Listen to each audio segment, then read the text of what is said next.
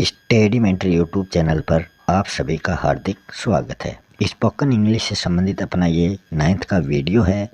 इससे पहले वाले वीडियो में हमने पास्ट टेंस पढ़ा था। पास्ट टेंस के 4 प्रकार होते हैं। सिंपल पास्ट या पास्ट इंडेफिनिट में सब्जेक्ट के साथ वर्ब के सेकेंड फॉर्म और ऑब्जेक्ट का प्रयोग होता है। पास्ट कंटिन्यूस टेंस में सब्जेक्ट के साथ वाज या वर के साथ V1 plus ING plus object का प्रयोग होता है।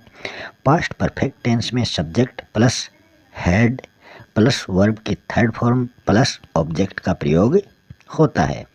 फिर हम बात करें पास्ट परफेक्ट कंटिन्यूस टेंस, इसमें subject plus had been plus V1 plus ING plus object और प्लस सिंस या फॉर का प्रयोग इसमें किया जाता है। अब देखते हैं आज का वीडियो। टेंस में आज का अपना पहला जो टेंस है वह है फ्यूचर इंडेफिनिट टेंस या फिर सिंपल फ्यूचर टेंस भी इसको बोल सकते हैं। इसको हिंदी में कहते हैं अनिश्चित भविष्यत काल। फ्यूचर क्या होता है? आगे आने वाला समय बताने वाला जो टेंस होता है वो फ्यूचर टेंस होता है। तो इसकी पहचान कैसे होती है? जो भी सेंटेंस होता है उसके लास्ट में गागेगी आते हैं। तो ये गागेगी इंग्लिश में नहीं बल्कि हिंदी में उस सेंटेंस में आते हैं तो वो फ्यूचर इंडेफिनिट टेंस होता है। और इसमें सब्जेक्ट के साथ क्या लगता है? आई वी, ये दो सब्जेक्ट हैं, इनके साथ इसमें शैल का प्रयोग होगा। और he she it you they singular number हो या फिर प्लूरल नंबर हो, इन सभी के साथ विल का प्रयोग इसमें किया जाता है। तो फ्यूचर टेंस में विल और शैल का प्रयोग किया जाता है। सभी के साथ ही वर्ब जो आएगी वो फर्स्ट फॉर्म में आती है। सभी के साथ वर्ब के फर्स्ट फॉर्म का प्रयोग किया जाता है। इसमें काम के होने का जो समय होता है वो अनिश्चित होता है कि वो काम किस समय हो रहा है वो निश्चित नहीं होता है। जैसे हम एग्जाम्पल लेते हैं, they will sit on chairs, मतलब वे कुर्सी पर बैठेंगे, मतलब अभी तक बैठे नहीं हैं, निश्चित नहीं है। यहाँ आप देखोगे इसमें ये जो चेयर्स है ये प्लूरल शब्द है, मतलब इसमें एस जुड़ गया तो ये एक नहीं बहुत सारी कुर्सियाँ हो गई। ये किसके अनुसार? ये सब्जेक्ट के अनुसार आया है। दे का अर्थ होता है वे भी क्या है? प्लूरल नंबर है। तो जैसा यहाँ पर सब्जेक्ट होगा वैसा ही इसका ऑब्जेक्ट हमें लिखना पड़ेगा। अगर यहाँ ही शी होता तब ये चेयर हो जाता, मगर यहाँ दे है तो यहाँ चेयर से हो जाएगा। इसको हम नेगेटिव में बदलें तो ये हो जाएगा they will not sit on chairs. और अगर हम इसको इंटेरोगेटिव में बदलें तो विल पहले आ जाएगा, will they sit on chairs. अगर इसको हम इंटेरोगेटिव नेगेटिव में बदलें तो will they not sit on chairs. इस प्रकार ये आप चारों तरीके से इस सेंटेंस को बना सकते हैं। अगला जो सेंटेंस है वह है शैल वी टेक बाथ। तो इसमें शैल वी टेक बाथ, तो इसमें वी का अर्थ क्या होता है? इसमें वी का अर्थ जो होता है वो होता है वे। दे का अर्थ वे और वी का अर्थ है हम। तो इसका अर्थ हो जाएगा क्या हम स्नान करेंगे। इसका अर्थ हो जाएगा क्या हम स्नान करेंगे। इस सेंटेंस को भी आप चारों तरीके से बदल सकते हो। फिर हम आगे जो लाइन है वो आपके लिए खास है। अवश्य, जिस वाक्य में अवश्य का प्रयोग होता है उसके लिए विल शैल की जो स्थिति होती है वो अपोजिट हो जाती है, विपरीत हो जाती है। कि कोई काम हमें करना ज़रूरी है तो उसमें विल और शैल जो है वो चेंज हो जाएंगे। ऊपर हमने आई वी के साथ तो शैल का प्रयोग देखा था और बाकी सभी के साथ विल का प्रयोग देखा था, मगर यहाँ इसकी स्थिति अपोजिट हो जाती है। हम 2 एग्जाम्पल से इसको समझने का प्रयास करते हैं। पहला एग्जाम्पल है आई शैल रीड ए बुक, मतलब इसका अर्थ हो जाएगा मैं किताब पढ़ूंगा। तो इसमें तो आई के साथ शैल का प्रयोग हुआ है, मगर अगर हम ये कहें मैं किताब अवश्य पढ़ूंगा, अवश्य आ गया तो यहाँ क्या होता है? अवश्य। तो अवश्य में ये स्थिति विपरीत हो जाती है तो यहाँ शैल की जगह विल का प्रयोग होगा। आगे हम देखें I will read a book, मतलब मैं किताब अवश्य पढ़ूंगा, तो यहाँ आई के साथ विल का प्रयोग किया गया है। और अगर अवश्य प्रयुक्त नहीं हुआ तब आई के साथ शैल का प्रयोग करेंगे। तो ये बात आपको ध्यान में रखनी है।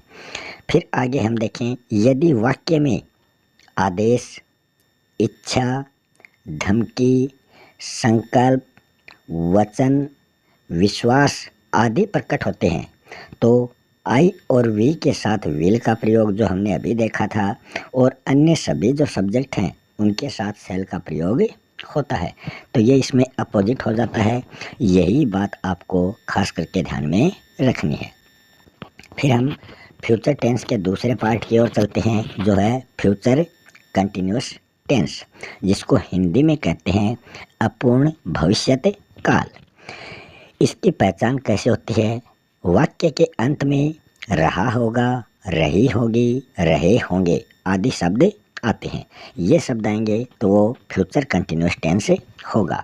इसमें कर्ता अनुसार विल शैल का प्रयोग होगा, साथ में बी जुड़ जाएगा और वर्ब की फर्स्ट फॉर्म के साथ आईएनजी भी इसमें जुड़ जाता है। ऊपर हमने देखे थे जो सब्जेक्ट होते हैं उनके अनुसार इनको लगाएंगे। आगे B plus V1 plus ING ये सभी में जुड़ेंगे, चाहे वो विल भी हो चाहे वो शैल भी हो, सभी में V1 प्लस ING वाला जुड़ जाएगा। इसमें हम देखें तो इसमें एग्जाम्पल है will he not be going, मतलब क्या वह नहीं जा रहा होगा।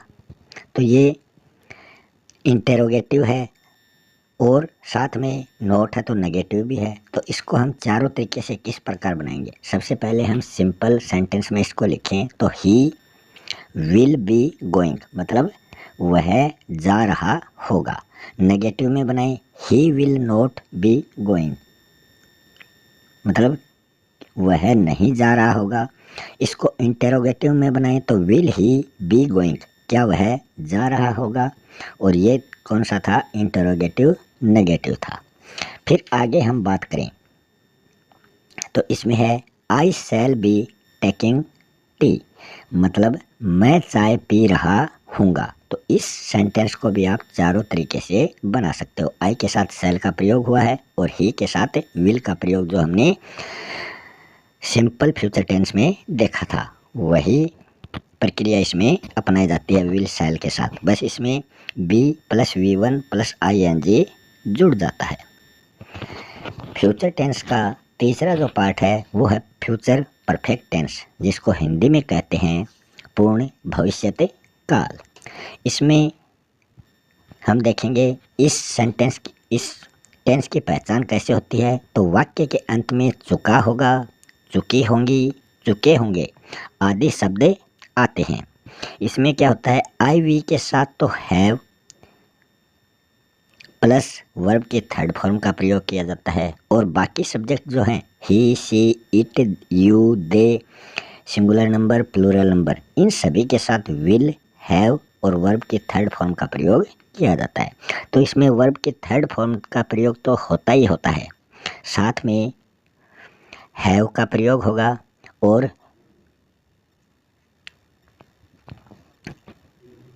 और आप इसमें एग्जाम्पल में देखेंगे तो इसके एग्जाम्पल में दिया गया है we shall not have finished our work. तो यहाँ आप देखोगे नोट जुड़ा है, मतलब ये नकारात्मक वाक्य है। तो इसमें ये अगर नकारात्मक वाक्य है, इसका अर्थ हो जाएगा हम अपना काम समाप्त नहीं कर चुके होंगे। तो इसको आप अलग अलग तरीके से इसको लिख सकते हैं। सिंपल वाक्य बनाएंगे तो नोट हट जाएगा, ऐसा का ऐसा हो जाएगा, ये क्या है? नेगेटिव था। इंटरोगेटिव बनाएंगे शैल पहले लग जाएगा और उसके बाद में नोट तो हट जाएगा। इंटरोगेटिव में shall we have finished our work, और ये इंटरोगेटिव नेगेटिव बनाएंगे तो शैल वी नोट जुड़ जाएगा हैव फिनिश्ड आवर वर्क। ये इस प्रकार से हो जाएगा। अगला जो सेंटेंस है, अगला जो एग्जाम्पल है वह है will not she have prepared the meals by 10, मतलब इसका अर्थ हो जाएगा क्या वह 10 बजे तक खाना तैयार नहीं कर चुकी होगी। तो इस सेंटेंस को भी आप चारों तरीके से बना सकते हो। अब हम चलते हैं फ्यूचर टेंस का लास्ट पार्ट, जो है फ्यूचर परफेक्ट कंटिन्यूअस टेंस, जिसको हिंदी में कहते हैं पूर्ण अपूर्ण भविष्यते काल। इसमें हम देखने वाले हैं वाक्य के अंत में क्या आता है, रहा होगा, रही होगी, रहे होंगे, ये शब्द वाक्य के अंत में आएंगे। आई वी के साथ शैल का प्रयोग होगा और साथ में हैव बीन, वी1 वर्ब की फर्स्ट फॉर्म और आईएनजी इसमें जुड़ जाएगा। और बाकी subject he, she, it, you, they, singular number, plural number, इन सभी के साथ विल का प्रयोग होगा।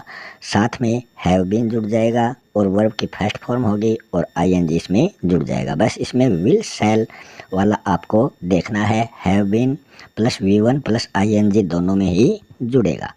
इसका एग्जाम्पल हम देखें तो इसके एग्जाम्पल को हम देखें तो इसमें देखेंगे अपन,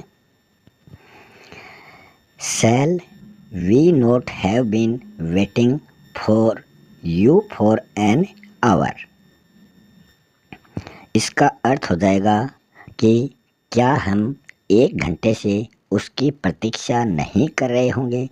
इस सेंटेंस को आप चारों तरीके से बना सकते हो। यहाँ ये सेंटेंस जो है ये क्वेश्चन मार्क लगा, मतलब ये इंटरोगेटिव है, नोट इसमें जुड़ा है, मतलब ये नेगेटिव भी है।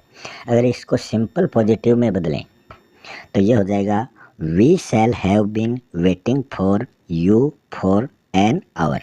तो यहाँ अनिश्चित समय है तो यहाँ फॉर का प्रयोग किया गया है कि वो समय नहीं दिया गया है, वो कब से, कौन कितने बजे से वेटिंग कर रहा है।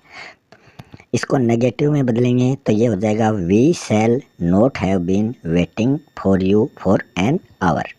और इंटरोगेटिव में बदलेंगे तो ये नोट हटा देंगे, इंटरोगेटिव में ऐसा कैसा ये आ जाएगा। तो इंटरोगेटिव नेगेटिव में सिर्फ ये नोट का ही फर्क होता है और एक जैसा ही ये हो जाता है। अगला जो इसका एग्जाम्पल है वह है you will have been watering the plants since morning. तो यहाँ देखो सिंस आया है, मतलब समय जो है वो निश्चित है, कब से तुम पौधों को पानी दे रहे हो। तो ये बात सुबह की हो रही है, मतलब you will have been watering the plants since morning, मतलब तुम प्रातः से ही पौधों को पानी दे रहे होंगे।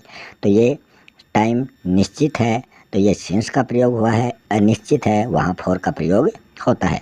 तो इस प्रकार से आज के अपने इस वीडियो में हमने टेंस का जो पार्ट है